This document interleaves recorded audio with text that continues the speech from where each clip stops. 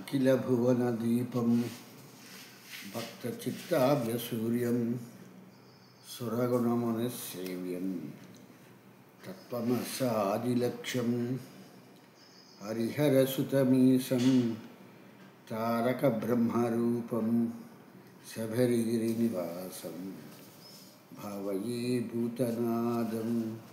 స్వామియే శరణమయ్యప్ప. ప్రియమైన ఆత్మబంధువులారా, ఆశ్రమం వారి సౌజన్యంతో మనం ఈ భక్తి అనేటువంటి ఈ యొక్క కార్యక్రమాన్ని మనం ప్రారంభించుకున్నాం.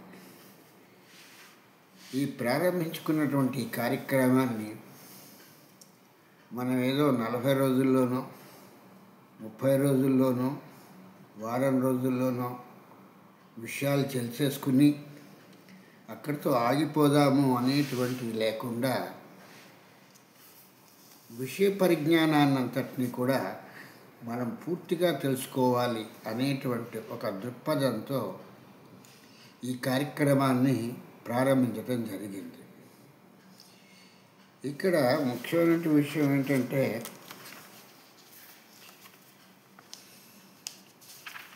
ఈ యొక్క కార్యక్రమంలో ఆత్మ అనేటువంటి దాని గురించి నచికేతుడు యమధర్మరాజుకి చెప్పినటువంటి ముఖ్యమైనటువంటి విషయం. ఆత్మ అంటే ఏమిటి, ఈ ఆత్మ గురించినటువంటిది, ఆత్మతత్వం అంటే ఏమిటి, ఆత్మకున్నటువంటి లక్షణాలు ఏమిటి, వీటన్నింటినీ కూడా ఆత్మ అనేటువంటిది ఈ దేహంలో ఎక్కడ ఉంటుంది అనేటువంటి విషయాలన్నింటినీ కూడా ఈ యొక్క ఖట్ ఉపనిషత్తు మనకి చెప్తున్నటువంటిది. ఇవి కాదని మహాత్యాలు మహిమలు అని చెప్పేసని ఎక్కడెక్కడికో వెళ్ళిపోయి అక్కడంతా కూడా రద్దీ ఏర్పాటు చేసేసుకుని జనాలతో తొక్కిసలాట ఏర్పాటు చేసుకుని ఆ తొక్కిసలాటలో వెళ్ళి ఆ గుడిలో విగ్రహాన్ని చూసిన, ఆ తొక్కిసలాటలో వెళ్ళి ఆ నదిలో స్నానం చేసిన, దాని మూలంగా వచ్చేటువంటి ఫలితం ఏమిటి అని అంటే ఏమీ లేదు అనేటువంటి విషయాన్ని ఈ ఉపనిషత్తులు చెప్తున్నటువంటి విషయము. కోటి విద్యలు కూటి కొరకేని బహుకృత వేషం అని చెప్పేసి అన్నట్లుగా ఈ చెప్పేటువంటి వాళ్ళు పుణ్యం వచ్చేస్తుంది, పాపం వచ్చేస్తుంది, స్వర్గం వచ్చేస్తుంది అని ప్రారంభించి వాటి గురించే చెప్తున్నారు. కానీ ఈ నచికేతుడికి చెప్పినట్టుగా ఆత్మ అంటే ఎలా ఉంటుంది, దాన్ని ఎలా తెలుసుకుంటాము, దాని సాధనా మార్గాలు ఏమిటి అనేటువంటివి ఏవి కూడా మనకి ప్రబోధించేటువంటి వాళ్ళు ఎవరూ లేకుండా ఉన్నారు.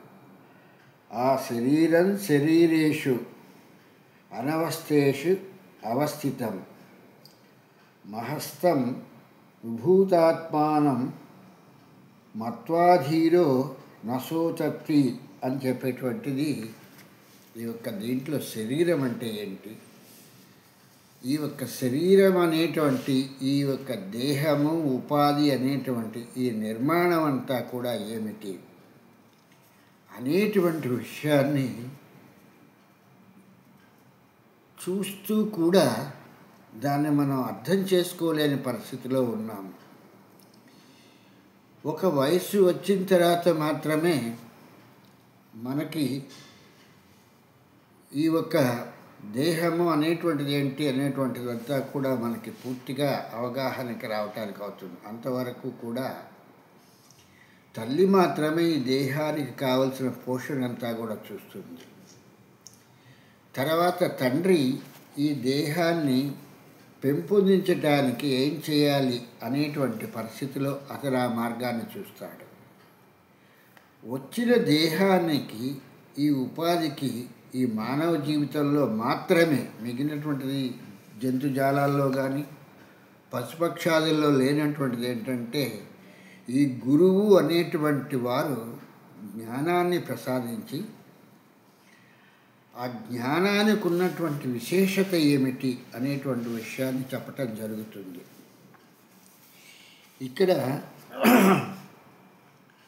ఈ యొక్క శరీరము అనేటువంటిది ఇది ఒక వాస్తవాన్ని చెప్పాల్సి వస్తే కాళ్ళు, చేతులు, కళ్ళు, ముక్కు ఉన్నటువంటి ఒక యంత్ర పరికరం లాంటిదే తప్పితే ఈ యంత్రం నడపాలి అంటే నడిపేవాడు ఒకడు ఉన్నాడు, నడిపించేవాడు ఒకడు ఉన్నాడు, దీన్ని పాలించేవాడు ఒకడు ఉన్నాడు అనేటువంటి విషయాలన్నీ కూడా మర్చిపోయి అజ్ఞానాంధకారంలో కొట్టుమిట్టాడుతున్నారు అనేటువంటి విషయం మనకి అవగతం అవుతున్నటువంటిది. పూర్వం రోజుల్లో ఆ ఒక్క చదువురా అనేటువంటి పరిస్థితిలో ఈ యొక్క ప్రయాణ సాధనాలు కూడా లేని సమయంలో ఒక యాత్ర చేయాలి అని అంటే వాళ్ళు తమ జీవిత కాలం అంతా కూడా కష్టపడితే కానీ నడక ద్వారా కానీ లేకపోతే ఒక ఎడ్ల బండి మీద కానీ ఒక గుర్రం మీద కానీ ఆ ఒక ప్రదేశానికి వెళ్ళటానికి వాళ్ళకంతా సులభమైన పద్ధతిగా ఉండేది కాదు. ఆ రోజుల్లో అరణ్యాలు మార్గం అంతా కూడా దుర్భరంగాను ఉండటం మూలంగా యాత్ర అనేటువంటిది వాళ్ళ జీవిత కాలంలో ఒక్కసారి మాత్రమే చేయగలిగేటువంటి పరిస్థితిలో ఉండేది. అప్పుడు వాళ్ళు ఆ గురువుగారు చెప్పినటువంటి మాటలన్నింటినీ కూడా వాళ్ళ అనుభవంలోకి తెచ్చుకుని ఆ అనుభవంలో మాత్రమే వాళ్ళు ప్రయాణం చేస్తూ ఆ ఒక యాత్రని చేసి ఆ యాత్రను తమ జీవిత కాలమంతా కూడా గుర్తుండిపోయేటట్లుగా ఆ ఒక జ్ఞాపకాలని మాట్లాడుతూ ఉండేవాళ్ళు. కానీ నేడు ఎంత దూరమైనా సరే ఈ యొక్క ప్రయాణ సాధనాలన్నీ కూడా సులభతరం అవటం మూలంగా చాలా ఈజీగా వెళ్ళి వచ్చేస్తున్నాం. పూర్వం కాశీ వెళ్ళాలి అని అంటే కాటికి వెళ్ళినవాడు, కాశీకి వెళ్ళినవాడు ఇద్దరు కూడా ఒకటే అని చెప్పేసి అనేవాళ్ళు. ఈ యొక్క ప్రయాణంలో తాగేటువంటి నీళ్ళ మూలంగా కానీ ఈ యొక్క అరణ్యాల గుండా ప్రయాణించటం మూలంగా కానీ అతను తిరిగి వస్తాడు అనేటువంటిది లేదు. ఏ క్రూర మృగాల బారినో లేకపోతే ఏ ఒక్క రోగాల బారినో పడి ఆ ఒక వ్యక్తికి అక్కడే ఆ ఒక పరమాత్మ కల్పించేటువంటి పరిస్థితి ఏర్పడుతుంది. తిరిగి వస్తాడో రాడో కూడా తెలియలేనటువంటి పరిస్థితులు. కానీ నేడు ఈ ఆధునాతన ప్రపంచంలో ఈ యొక్క ప్రయాణ సాధనాలన్నీ కూడా ఎక్కువయ్యి క్షణాల్లో వెళ్ళి క్షణాల్లో వచ్చేసావు అన్నట్లుగా ఎంత దూరమైనా సరే ఒక్క రోజులో వెళ్ళి మళ్ళీ తిరిగి మళ్ళీ మన ఇంటికి వచ్చేసేటువంటి పరిస్థితిలో ఉంది. ఈ పరిస్థితిలో వెళ్ళేటప్పుడు ఫ్లైట్, వచ్చేటప్పుడు ఫ్లైట్, వెళ్ళేటప్పుడు రైలు, వచ్చేటప్పుడు రైలు అన్నట్టుగా వీటి టిక్కెట్లు టు అండ్ ఫ్రమ్ అన్నట్టుగా బుక్ చేసుకోవటం మూలంగా ఆ దేవాలయానికో ఆ ప్రదేశానికో వెళ్ళి అక్కడ ఆలస్యం అవుతుంది అని అంటే ఈ యొక్క ప్రయాణ సాధనాలైనటువంటి ఎక్కడ తప్పిపోతాయో అని ఆత్రతగా వెళ్ళి చూసేయాలని చెప్పేసి ఎంత డబ్బైనా ఖర్చు పెట్టి ఆ యొక్క స్పెషల్ దర్శనం అనేటువంటి టిక్కెట్లను తీసుకుని ఆ దర్శనం చేసేసి వచ్చేస్తాము, మళ్ళీ మా ఫ్లైటో రైలు ఎక్కేసేసి మళ్ళీ మా స్వస్థలానికి వచ్చేస్తాము అనేటువంటి మానసిక పరిస్థితుల్లో వీళ్ళు ఆలోచిస్తూ ఈ యొక్క ప్రవచనకారులు చెప్పినటువంటి మాటలు విని అక్కడికి వెళ్తే పుణ్యం వచ్చేస్తుంది, అక్కడికి వెళ్ళటం మూలంగా యమధర్మరాజు గారు ఆ చిత్రగుప్తుడికి చెప్పి ఒకవేళ చిత్రగుప్తుడు ఆ ఒక పుస్తకంలో ఏదన్నా వీడి పాపపుణ్యాల గురించి రాస్తే ఆ ప్రదేశానికి వెళితే ఆ పేజీ చింపేయమని ఆ చిత్రగుప్తుడికి ఆజ్ఞలు ఇస్తారని చెప్పేసని ఇలాంటి భ్రమలో పడిపోయి ఆ ప్రదేశాలకు వెళ్ళి తొక్కిసలాడుకుని ఆఖరికి ఇంటి దగ్గర ఉంటే కనీసం 4 కాలాల పాటు బ్రతుకుండొచ్చు. అది కూడా లేకుండా అక్కడ ఆ తొక్కిసలాట్లో కాళ్ళు చేతులు విరక్కొట్టుకుని చనిపోయేటువంటి పరిస్థితి ఏర్పడుతుంది. ఈ మధ్యన ఈ అరుణాచలం గురించి అందరూ మాట్లాడటం మూలంగా ఈ అరుణాచలేశ్వరుని కార్తీక పౌర్ణమిలో కానీ లేకపోతే మామూలు పౌర్ణాల్లో కానీ దర్శించుకుంటే ఏదో పుణ్యం వచ్చేస్తుంది అని చెప్పేసానంటే ఆ ఒక అరుణాచలేశ్వరుని దర్శించుకుని ఆ గిరి ప్రదక్షిణాలు చేసి రావాలి అని చెప్పేసని ఎవరికి వాళ్ళు మేము ఒక్కళ్ళమే అనుకుని చెప్పేసని తీరా ఆ అరుణాచలం వెళ్ళేటప్పటికి రద్దీ ఏర్పడిపోయి ఆ తొక్కిసలాట తోబిసలాటలో సుఖంగా ఉన్న ప్రాణం అక్కడికి వెళ్ళి ఆ ఒక తొక్కిసలాటలో ఉంటాడో లేకపోతే స్వర్గస్థుడవుతాడో లేని స్వర్గాన్ని వీళ్ళు కల్పించుకున్న స్వర్గానికి వెళ్ళిపోతాడో అనేటువంటి తెలియక పోనీ అందులోనన్నా పోనీ నిశ్చలమైన మార్గం ఉందా అంటే అది లేదు. అక్కడ కూడా హాస్పిటల్లో జాయిన్ చేసి వైద్యాలయాల్లో ఆ ఒక్క డాక్టర్ల ద్వారా అతన్ని బ్రతికించాలి అని చెప్పేసి వీళ్ళు ప్రయత్నిస్తూ ఉంటారు. నిజంగా అంత మోక్షము అంత స్వర్గము కావాలనుకున్నప్పుడు ఆ పరమాత్మే అక్కడ తొక్కిసలాట అనేటువంటిది ఏర్పాటు చేశాడు. ఈ తొక్కిసలాట ఏర్పాటులో ఈయన పడిపోయి ఇటువంటి స్థితిలో ప్రాణాలను కూడా వదిలేసేటువంటి స్థితి కల్పించాడంటే ఈయనకి ఆ ఒక యమధర్మరాజే ఈ యొక్క స్థితిని కల్పించి తన అంటే ఆ శివైక్యం చెందేటట్టుగా చేస్తున్నాడు అనేటువంటి మానసిక స్థితి కూడా ఉండదు. దాని గురించి ఇంటిల్లిపాది ఏడుస్తూ హాస్పిటల్ చుట్టూ తిరుగుతూ ఆ ధనాన్ని ఖర్చు పెట్టడానికి ప్రయత్నం చేస్తున్నారు తప్పితే ఆ క్షేత్రానికి వెళ్ళటం మూలంగా ఈ ప్రవచకులు చెప్పినట్టుగా అతనికి త్వరగా స్వర్గం లభిస్తోంది, ఆ యమధర్మరాజు వచ్చి వీళ్ళని తీసుకుని వెళ్ళిపోతున్నారు అనేటువంటి భావాన్ని తెచ్చుకోలేకపోతున్నారు.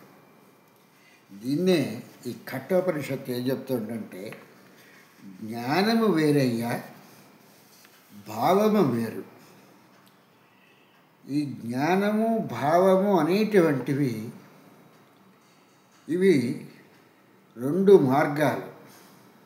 జ్ఞానము అనేటువంటిది అంత తేలికగా అంత సులభంగా వచ్చేటువంటిది కాదు.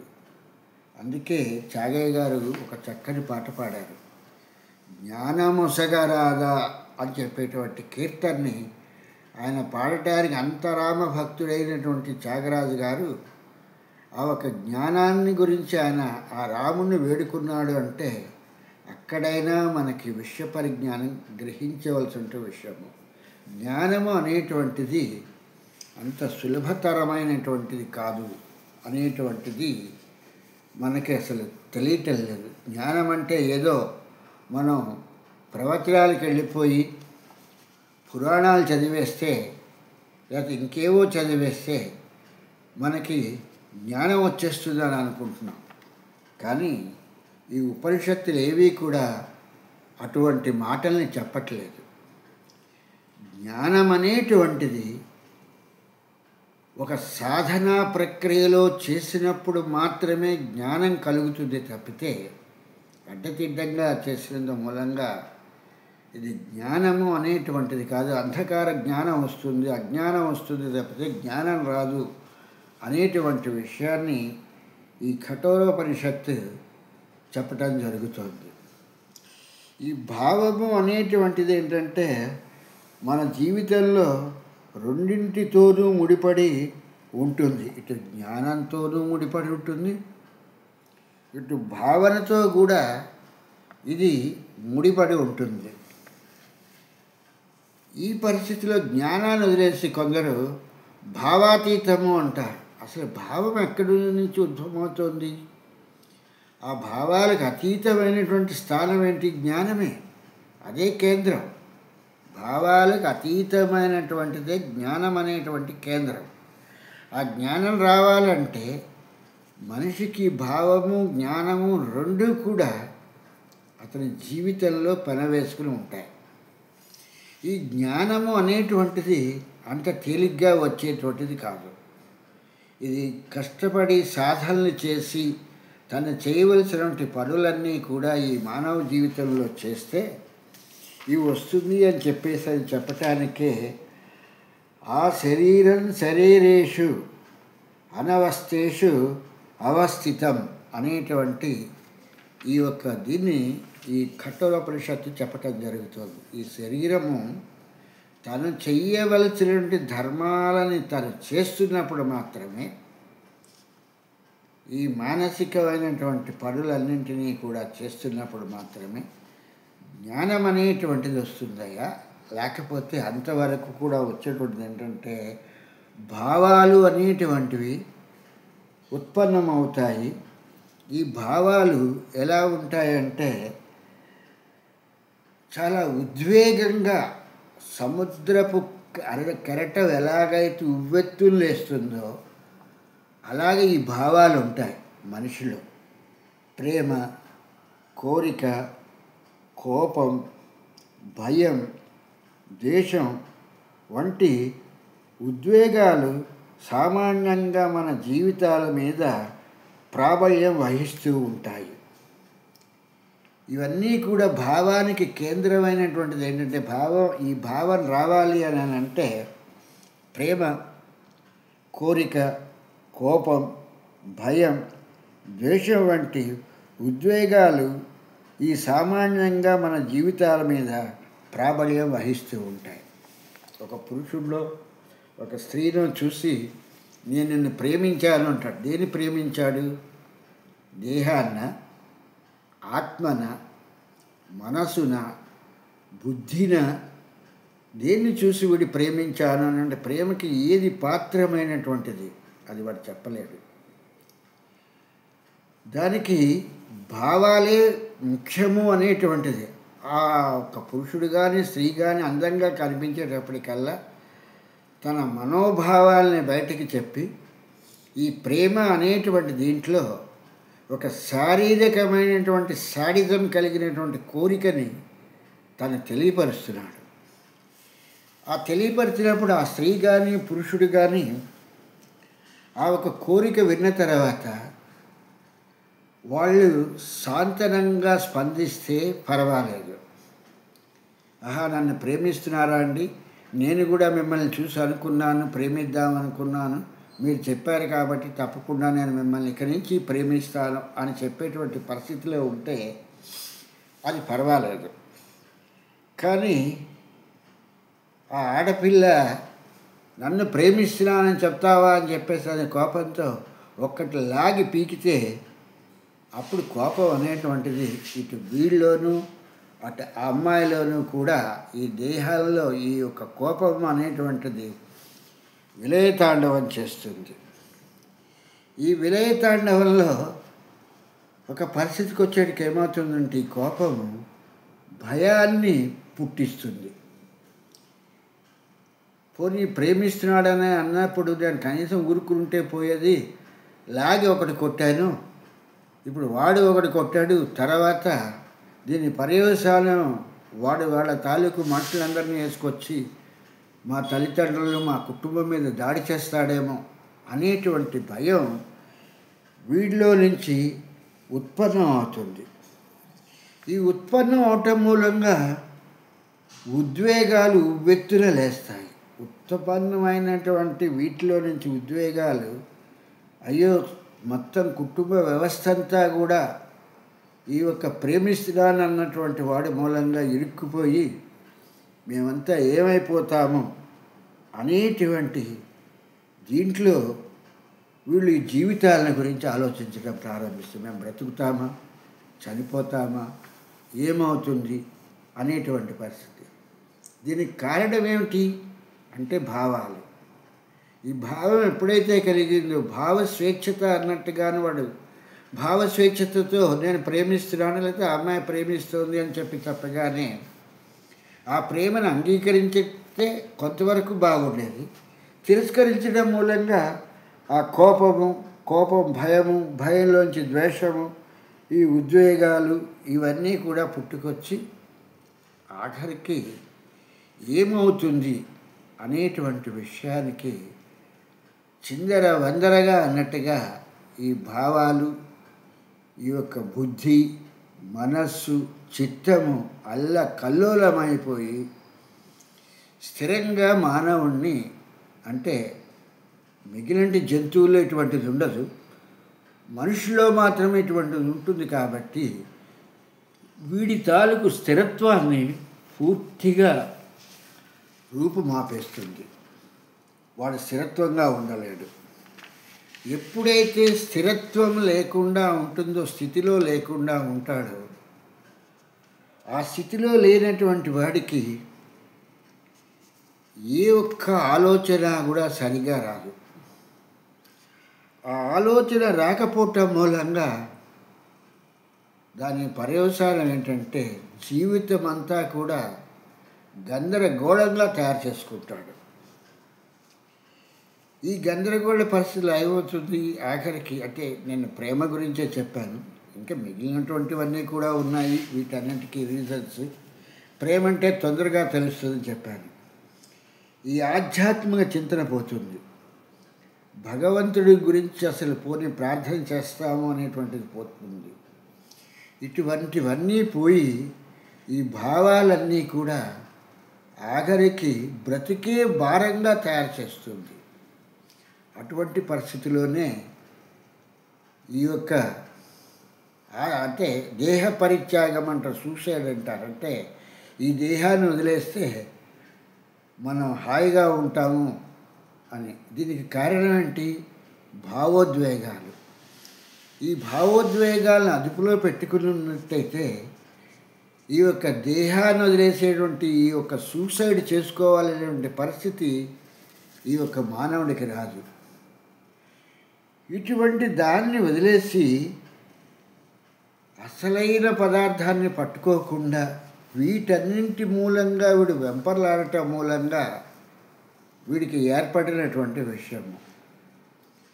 ఇక్కడ నేను ప్రేమ అని చెప్పాను, ప్రేమ కాదు. ఒక గుడికి వెళ్ళారు, ఒక దేవాలయానికి వెళ్ళినప్పుడు ఆ ఒక లైన్లో నుంచున్నారు.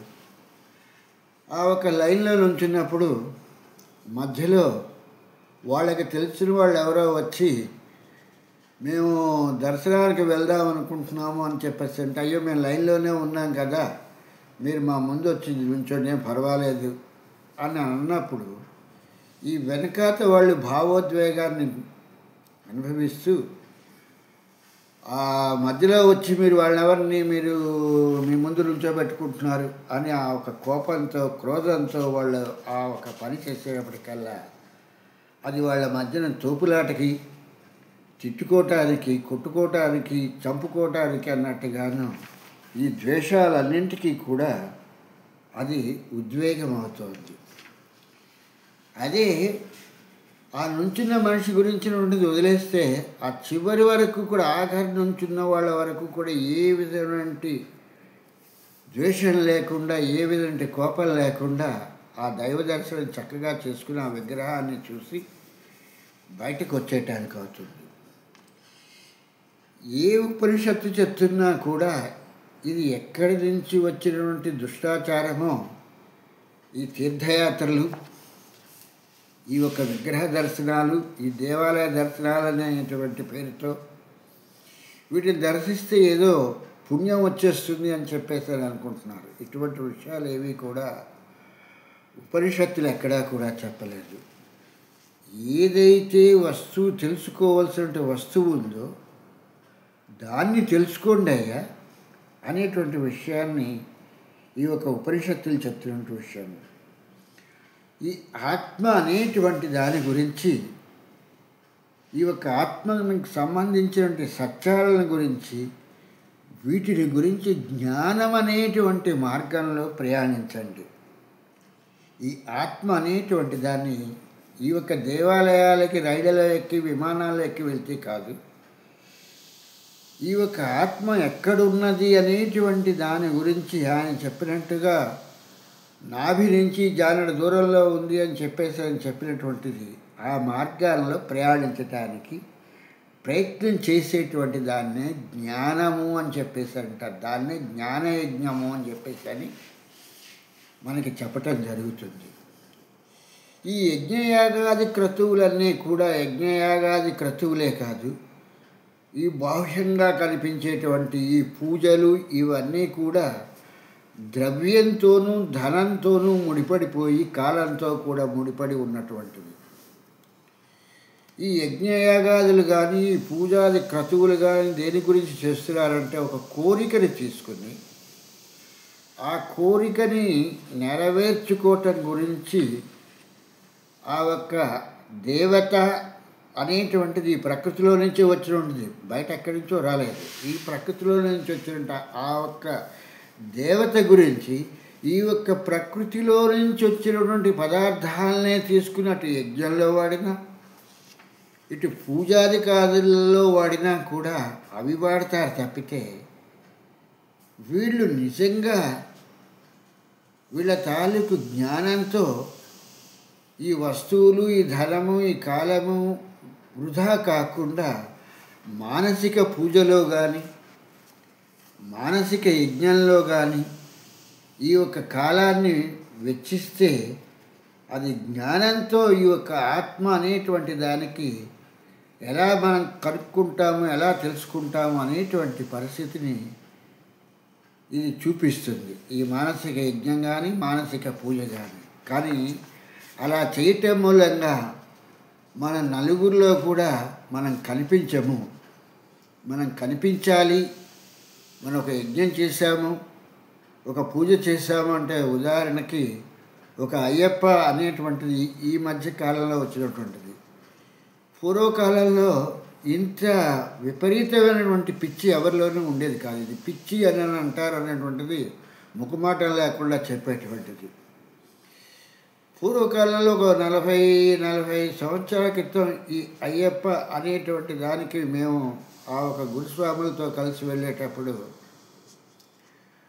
అక్కడ నుంచి ఒక ఫోటోనో దేన్నో పెట్టుకుని భావనలోనే ఆ ఒక రూపాన్ని మానసికంగా భావనలోకి తీసుకుని ఆ పూజాది క్రియలు ఇంట్లో పూసినటువంటి పూల నుంచి ఆ ఒక చెట్లకి పూసినటువంటి పూల నుంచి ఇంట్లో తయారు చేసినటువంటి వంటకాలని ఆ ఒక అయ్యప్ప పూజ చేసి దాన్ని ఈ యొక్క చేసినటువంటి అన్నము వీటిని మహానైవేద్యంగా పెట్టడం జరిగేటువంటి పరిస్థితిలో ఉండేటువంటిది. నేటి కాలంలో ఈ పూజ ఎవరు చేయిస్తున్నారు అంటే ఫలాని గురుస్వామి గారు చేయిస్తున్నారు అనేటువంటి దాని గురించి, ఫలాని స్వామి చేస్తున్నారు అనేటువంటి దాని గురించి బ్యానర్లు, కటౌట్లు ఇవన్నీ వేసి పడి అనేటువంటి ఒక దాన్ని పెట్టి దాని అర్థం కూడా తెలియదు, ఆ ఒక పడిని పెట్టి దాని మీద ఈ యొక్క ఊళ్ళో దొరికేటువంటి పళ్ళన్నీ పట్టుకొచ్చి ఆ పడంతా పేర్చేసి క్వింటాల కొలది పూలను తీసుకొచ్చి ఆ ఒక్క ఫోటోలకి పూజ చేసి అది కూడా ఇంట్లో కూడా వండటం మానేసి ఏ క్యాటరింగ్లకో వేటికో మా ఇంటికి ఇవాళ 200 మంది అయ్యప్పలు వస్తారు, మీరు భోజనం ప్రిపేర్ చేయండి అని చెప్పేసి చేయించటం మూలంగా వీళ్ళకి వచ్చేటువంటి పుణ్యం ఏమిటి? పోనీ వాళ్ళు అనుకుంటున్నట్టుగా పుణ్యము లేకపోతే పాపము లేకపోతే స్వర్గము ఏవో వచ్చేస్తాయనుకుంటే ఇందులో ఏ ఒక్కటైనా కష్టపడి చేసినటువంటిది ఉందా? పూలు మార్కెట్కి వెళ్ళి డబ్బులు పెట్టి కొనుక్కొస్తున్నాడు, వాటిని వృధాగా గురుస్వామి గుప్పుడు అన్నట్టుగా తీసి తన ఇష్టం వచ్చినట్టుగా దీపాలు ఆరిపోని ఏమన్నా కానిట్టుగా విరజిమ్మేసుకుంటూ కింద మీద ఆ ఘంటసాల గారు పాడినటువంటి పుష్ప విలాపంలో లాగా అయ్యో కాళ్ళ కింద పడి వాటి జీవితాలు నలిగిపోతాయేమో అనేటువంటిది కూడా ఆలోచించకుండా ఆ పూలన్నింటినీ కూడా ఆ సభాస్థడి అన్నట్టుగా ఆ మండపం అంతా కూడా విరజిమ్మటమే జరుగుతుంది. దాన్నే తొక్కుకుంటూ అయ్యప్పలు వెళ్ళి ఈ పడి వెలిగించడం అని చెప్పేసి దానికి ఒక పాట పాడుకుంటూ చేస్తూ ఆ పూలన్నింటినీ కూడా తొక్కుతాం వల్లని వీళ్ళకి వచ్చేటువంటి పుణ్యం ఏమిటి? ఇలాంటి విషయాలు ఏవి కూడా ఆ గురువు ఆలోచించట్లేదు. అసలు జ్ఞానం అనేటువంటిది ఎలా వస్తుంది? ఈ జ్ఞానయజ్ఞము అనేటువంటిది ఎలా చేస్తాము? ఈ మనోయజ్ఞము జ్ఞానయజ్ఞము అనేటువంటి వాటివి యజ్ఞాలు అనేటువంటివి ఎలా చేస్తాము అనేటువంటిది తెలియదు.